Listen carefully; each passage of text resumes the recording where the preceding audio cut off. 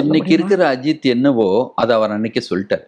யாரு? அஜித் சார் ஓ தேவாவே சொன்னாங்கிற மாதிரி. கேரவன்ல உட்காந்து பேசும்போது படம் ஷூட்டிங் டயத்தில் ஜி நம்ம தான் ஜி, நம்மளுக்கு என்ன அதிகப்படியாக கூட தெரியும், என்னடா எப்போ பார்த்தாலும் நம்ம தான் சொல்கிறாரு அப்படிங்கிற மாதிரி இருக்கும். நான் இப்போ பேசுகிறேன்ல, ஓவர் கான்ஃபிடென்ட் மாதிரி இருக்கும் ஒரு சிலர் பார்க்குறதுக்கு. கான்ஃபிடென்ட்டுங்கிறது சொல்கிறவங்க மட்டும் தான் தெரியும். ஏன்னா அப்போவே சொல்லுவார் ஜி அப்படிம்பார், இடத்துக்கு நம்ம தான் ஜி, நம்ம வரோம், தூக்குறோம், செய்கிறோம், மோர் பாசிட்டிவ். ஓகே, ஒரு ட்ரீம்லேயே இருப்பார், அதை பற்றி மட்டுமே யோசிச்சுட்டு இருப்பார்.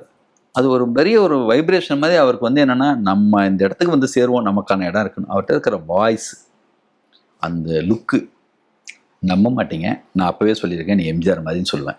ஜி என்ன பெரிய வார்த்தையெல்லாம் சொல்கிறீங்க பார். இல்லைங்க, பொறாமைக்கு அப்பாற்பட்ட ஒரு லுக்கில் இருக்கீங்க. ரெண்டு பிடிக்கும் நம்ம ஆட்களுக்கு எப்பயும். ஒன்று தன்னை மாதிரி இருந்தால் பிடிக்கும், இல்லை அந்த தாண்டி போயிடணும், அந்த ரவுண்ட்லேருந்து தள்ளி போயிடணும். அந்த மாதிரி ஆட்களை அது வந்து கணக்கே போடாத ஒரு இடத்துல இருக்கிறவங்க. அது எப்பயுமே அது என்னமோ தெரில, அவருக்கு வந்து என்னன்னா, அங்கே பவன் கல்யாண் அங்கே தெலுங்குல என்னமோ தெரில, அது பிளைண்டாக வந்து நிற்பாங்க, உசுரே கொடுத்துருவாங்க. அப்படி ஒரு ஃபேன்ஸ் அமைகிறது வந்து சான்ஸே இல்லை. இவ்வளவுக்கும் முழுக்க முழுக்க சினிமாக்குள்ளேயே கிடக்குன்னு விக்ரம் சார் மாதிரியோ சூர்யா சார் மாதிரியோ கிடக்கிறதும் கிடையாது. என்ன வேணுமோ அதுக்காக இருக்குன்னு சொல்கிறது கிடையாது. சினிமா அப்படியே வந்து அது ப்ரொஃபஷனலாக பார்க்குறாரு. அதை ஒரு ஆஃபீஸர் மாதிரி வர்றாரு, அந்த டை கட்டிட்டு வரும்போது பார்த்தா சினிமா நடிகரார் அவர், இல்லை வேறு கார்பரேஷன் சிஇஓ மாதிரி இருக்காருங்க மாதிரி தோணும்.